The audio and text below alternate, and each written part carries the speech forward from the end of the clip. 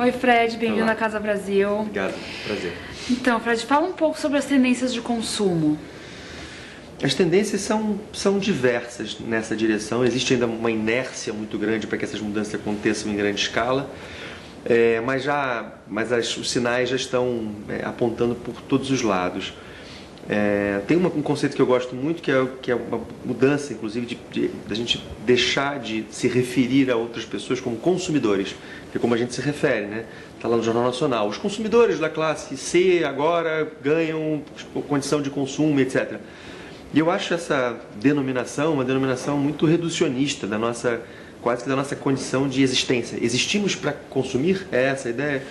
De uma certa forma, é essa a ideia que o capitalismo propõe. E a gente vem nesse embalo, especialmente o capitalismo desenhado pelos Estados Unidos aí no final da Segunda Guerra Mundial, a lógica da obsolescência programada, né? O iPhone 1, 2, 3, 4, 5, a gente consumindo, sobrando coisas nas nossas gavetas.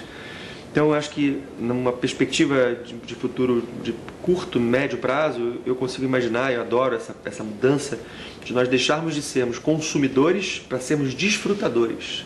Eu não preciso ter as coisas, eu quero apenas desfrutar do que essas coisas podem significar para mim. Então, eu não preciso ter um carro, posso desfrutar de um carro que vai ser compartilhado com outras pessoas. Tem uma perspectiva que eu gosto muito, que é a ideia de que a classe C, por exemplo, brasileira, que agora ganha, né? No brasileiro no mundo todo, né? Quer dizer, a base da pirâmide que está ascendendo, os países emergentes, na Índia, na própria China, a gente tem uma oportunidade incrível aí, que essas pessoas que não tiveram acesso ao consumo até aqui, elas estão mais, digamos, uma predisposição maior, eu acredito, para aceitarem, se a lógica for inteligente, uma nova lógica de consumo. O que eu quero dizer com isso? Por exemplo, você pensa nas favelas, né? Eu tenho visitado muitas favelas, a gente tem trabalhado com classe C, em projetos de uma outra empresa que a gente tem no Rio, e as pessoas já compartilham coisas, naturalmente. Isso é muito natural para eles, tem a ver com a carência. Então o cartão de crédito chega a ser compartilhado. Então eu tenho crédito, eu compartilho com os meus... Então, a ideia de propor, né, para quem nunca teve um carro compartilhado, é muito mais facilmente aceita, por exemplo, por essa classe C do que pela classe B ou classe A, que tem 3 carros na garagem, que só usam 8% do tempo do carro. 92% do tempo desse carro é gasto na garagem. Então, eu acredito que existe uma oportunidade interessantíssima se a oferta for inteligente, a oferta de produtos e serviços para essa classe emergente, ela pode dar um salto e não necessariamente percorrer todo esse caminho que foi percorrido pela classe A e B, que gera um impacto ambiental gigante.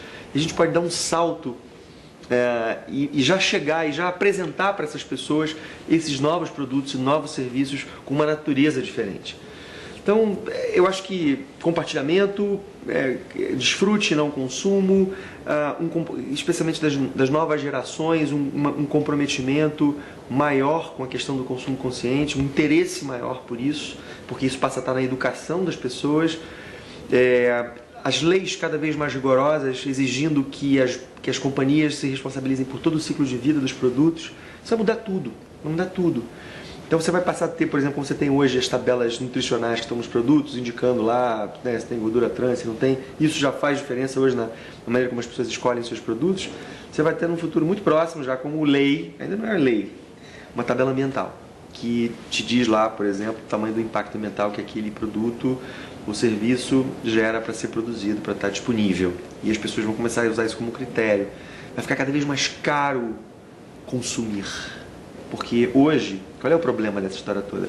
Hoje, quando a gente compra um carro, a gente não está pagando o preço verdadeiro do carro. Tem um impacto enorme que foi gerado para que esse carro chegue na nossa casa, que não é contabilizado. É o famoso passivo ambiental. Ninguém paga essa conta. A montadora não paga, o consumidor não paga, o lojista não paga. Fica para as próximas gerações. No momento em que esse passivo começar a ser contabilizado no preço das coisas, o preço verdadeiro vai subir. Nessa hora, inevitavelmente, eu não vou poder mais ter um carro. Eu um carro, você um carro. Se a gente mora no mesmo prédio, a gente não pode compartilhar um carro. Então, os vetores que estão criando essas tendências vêm de diversas frentes. É uma soma de fatores que vão criar um ecossistema que vai operar de um outro jeito. Eu acho que é um pouco por aí. Explica um pouco sobre a forma de pensamento e processo linear e cíclico e como os designers e a indústria, né, e esse pedaço da cadeia pode fazer para ajudar a fazer essa transformação do linear para o cíclico. Então, na verdade, isso por uma herança histórica, isso é fundamental a gente também imaginar, entender, né? Porque tem gente que fica demonizando o ser humano, né? Falando, né? Os ecologistas chatos ficam lá, meu Deus, o ser humano é um monstro agressivo. Não, isso é natural que seja assim, nós somos tão naturais quanto o panda, né? Ou quanto o bicho preguiça. A gente está aprendendo. E há 50 anos atrás, a perspectiva, ou talvez há 70 anos atrás, a perspectiva de que os recursos eram finitos não existia. A gente não tinha essa noção. Isso é histórico. Então, quando o cara estava, por exemplo, lá, os americanos desbravando o oeste, que olhavam aquelas florestas de pinheiro, a sensação que eles tinham é que aquelas florestas eram infinitas. Eles podiam usar a madeira à vontade, porque sempre teria madeira. É uma perspectiva muito nova a ideia de que os recursos são finitos. Até então, por conta disso, a gente tem uma lógica de pensamento e de produção que considera a extração da matéria-prima, virgem de algum lugar, produção de qualquer coisa, uso por um determinado tempo e descarte no tal lugarzinho mágico que a gente inventou chamado lixo, que o resíduo que sobrou some da nossa frente, a gente não tem a menor responsabilidade por aquilo, não paga por aquilo. Então essa é a perspectiva que historicamente fez sentido para a gente até aqui, ou até 30 anos atrás, quando isso começou a mudar. O conceito, por exemplo, do descartável, né, da falsa comodidade, não preciso lavar, jogo fora isso aqui, plástico, plástico, plástico, plástico, plástico, até que esse plástico começou a chegar nas nossas portas. Então a perspectiva da gente romper essa lógica linear, né, e começarmos a desenhar as coisas para que elas passem a ser cíclicas, né, como é na natureza, nada se cria, nada se perde, tudo se transforma, nada se cria, nada se perde, isso é um ciclo fechado. O meu resíduo tem que ser insumo para alguém, né? E é legal você ver na natureza como isso acontece, né? Eu fiz agora há pouco tempo atrás um treinamento com a Janine Benius, que é a maior especialista em biomimética, que é uma ciência que eu adoro, que busca exatamente essa inspiração na natureza para áreas de conhecimento humano. E nós visitamos um manguezal na Mata Atlântica. E o manguezal é o berçário da Mata Atlântica. É o lugar onde várias espécies entram para desovar, é onde os ovos eclodem, os bebezinhos crescem ali em segurança. E é um berçário e ao mesmo tempo é o lixão. Só é um berçário porque é o lixão da natureza. Todos os resíduos das montanhas descem pelos rios e chegam no manguezal. Os resíduos que vêm do mar entram pelos canais no manguezal. Então, você tem um espaço que é simultaneamente um berçário e um lixão. Falei, uau! Pensa numa imagem do nosso berçário e uma imagem do nosso lixão, como isso é diferente, né? Para a natureza, recurso e resíduo são a mesma coisa. Então, assim, a gente vai ter que aprender. E eu acho que os designers têm uma responsabilidade enorme, porque somos nós que colocamos coisas no mundo, né? Os arquitetos, as pessoas que projetam coisas, e a gente vai passar a ter que projetar com uma outra ótica. A gente vai ter que tentar encontrar maneiras de trabalhar com materiais que sejam de cadeias fechadas, ou seja, que eu consiga ter reaproveitamento pleno, eu digo 100%, que seja em parte conversão de energia, que provavelmente vai ser inevitável. Eu tenho que trabalhar o desenho para que você possa separar as partes com facilidade. Então não existe mais a ideia de você fixar 2 ou 3 materiais de uma maneira definitiva, né? Porque isso impede a reciclagem. Então isso tem muito a ver com a questão projetual. Então os estudantes de design hoje deveriam sair formados sob essa nova ótica, ou seja, eles precisam desenhar de maneira sustentável, sem o peso da palavra, o peso negativo da palavra, a coisa ecochata, né? Essa dimensão ecochata que parece que qualquer solução de baixo impacto ambiental tem que ser uma solução de baixo impacto sensorial, né? Aquela coisa xiita das ONGs que demonizam o lucro, demonizam o consumo. Eu acredito num equilíbrio, acredito na inteligência humana encontrando os caminhos para esse redesenho, esse redesenhar, né, que será necessário da realidade, da relação com o consumo, da relação com recursos de um modo geral, e passa muito pela inteligência de projeto. É possível projetar considerando algumas das leis básicas que a natureza usa para projetar. Você acha que é possível em todos os setores, né, todos os produtos usarem essa lógica, sem exceção, e em quanto tempo você acredita que isso possa ser conquistado? Eu acho que é possível, sim, em todos os setores. A natureza está aí, projetando milhares de estruturas diferentes, né, de organismos diferentes, soluções de design, de engenharia diferentes, e são todos, né, sustentáveis. Né? Estão todos dentro desse ciclo de alto impacto sensorial e baixo impacto ambiental, que é o que a gente acredita que tem que ser perseguido. Né? São as soluções Ecoduca. Então, se a natureza faz, a gente pode fazer.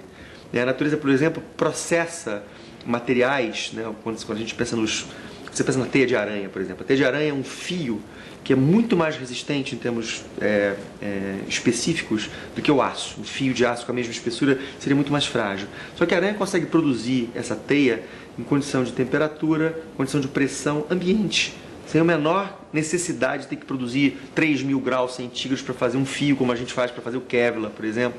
Então a gente não aprendeu ainda. A aranha sabe fazer, a gente não sabe. Então um jeito interessante é olhar para a aranha e para outros organismos que estão ainda no show de projeto. Eu acho que sim, acho que todas as áreas terão que se adaptar a essa nova lógica. Algumas têm mais facilidade, outras mais dificuldades, por conta da complexidade. É muito complexo, porque primeiro passa por uma mudança de modelo mental. Né? Primeiro a gente tem que entender que isso é necessário. Depois passa pela tecnologia, que tem todo o potencial para servir, né, as pessoas criativas de recursos para que elas possam sair do outro lado desse desafio. Agora, existe uma inércia. Existe uma inércia porque os negócios, porque o nosso modo de vida é assim, né? As pessoas estão fazendo negócios, estão ganhando dinheiro com a lógica antiga. O que vai mudar isso é a mudança de paradigma, como eu disse, são os vários vetores que vão começar a frear essa tendência agressiva através de leis fortes, através de um consumidor mais exigente, que vai escolher na hora que estiver lá no supermercado entre um produto que tem um impacto X e um produto que tem X mais 2, compra o X. Então eu acredito muito nisso, eu acredito muito mais do que num momento, no surgimento de um nível de consciência superior de fabricantes, de coisas, etc. Eu acredito na força da sobrevivência. É assim que a natureza evolui, não é a consciência extra. Então, o que vai fazer a indústria mudar, o que vai fazer os negócios mudarem de lógica, é a própria necessidade de que essa mudança, é o fato de que só essa mudança vai garantir a sobrevivência do negócio. Então, é muito mais por aí do que por um nível de consciência. Claro, vamos lá ter uma dose de consciência, de preocupação, de foco, né, com as próximas gerações, mas eu acho que essencialmente essas mudanças virão por uma necessidade de adequação, de adaptação a um novo cenário mais rigoroso, mais difícil para quem estiver gerando impacto ambiental. Então, pode demorar um pouco, em algumas categorias vai demorar mais do que outras, muitas categorias já se desmaterializaram, né? A música, por exemplo, se desmaterializou, então o impacto ambiental que você hoje gera para consumir música é muito menor do que você gerava há 15 anos atrás, com as bolachinhas de CD plástica dentro de uma caixinha com um papelzinho impresso. Hoje você faz um download, é bit, não é átomo. Átomo é finito, bit é infinito. Então os negócios do futuro tendem a ser menos materiais, menos físicos, né, do que os negócios do presente, ainda. Tá certo então, Fred. Muito obrigada e boa prazer. Casa Brasil para você. Obrigado.